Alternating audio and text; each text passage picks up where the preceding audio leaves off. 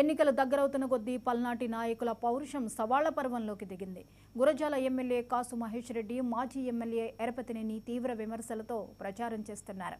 Gas cylinder పేరుతో ఎరపతినేని రాజకీయం చేస్తున్నారని కాసు విమర్శించగా, అది పార్టీతో సంబంధం లేకుండా సొంత నిధులతో చేస్తున్న పని అని ఎరపతినేని సమాధానమిచ్చారు.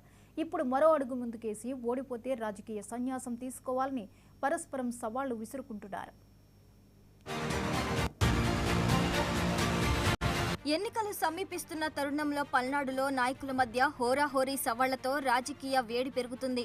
గురజాల్లో జరిగిన అభివృద్ధి మొత్తం వైఎస్ఆర్సీపీ హయాంలో జరిగిందేనని చెబుతూ ఎరపతినేని ఈ నియోజకవర్గానికి చేసిందేమీ లేదని కాసు విమర్శించారు.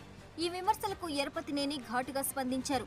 ఈ ఎన్నికల్లో తాను గురజాల్లో ఓడిపోతే రాజకీయ సన్యాసం తీసుకుంటానని, కాసు మహేష్ రెడ్డి ఓడిపోతే రాజకీయ సన్యాసం చేస్తారా అని సవాల్ విసిరారు.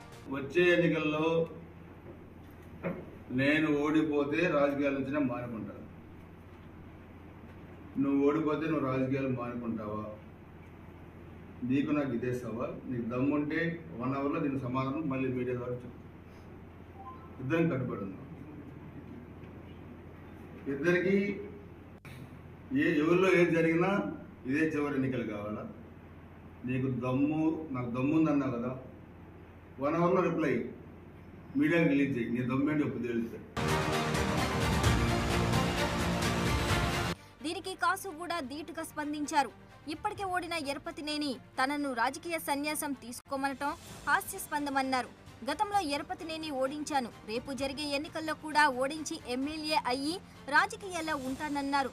ఓడిపోతే రాజకీయాలు చేయను అని వీడియో విడుదల చేశారు. మొత్తానికి గురజాల్లో పెరిగిన రాజకీయ వేడికి ఈ సవాళ్లు ప్రతి సవాళ్లు నిదర్శనంగా కనిపిస్తున్నాయన్న చర్చ మొదలైంది. ఎరపతినేని శ్రీనివాసరావు, నీకు సమాధానం దానికి గంటెందుకయ్యా బొచ్చు? నా దమ్మేందో మొన్న ఎలక్షన్స్లో చూపెట్టా, రేపు చూపెడతా. రేపు మళ్ళీ నిన్ను ఓడించి శాశ్వతంగా రాజకీయాల నుంచి రిటైర్ చేసి గుంటూరు పంపిస్తా. నేను రాజకీయాల్లో ఖచ్చితంగా మళ్ళీ ఎమ్మెల్యేగా కంటిన్యూ అవుతాను. నీ సవాలు గ్యారంటీగా స్వీకరిస్తున్నా. ఓడిపోతే ఖచ్చితంగా రాజకీయాలు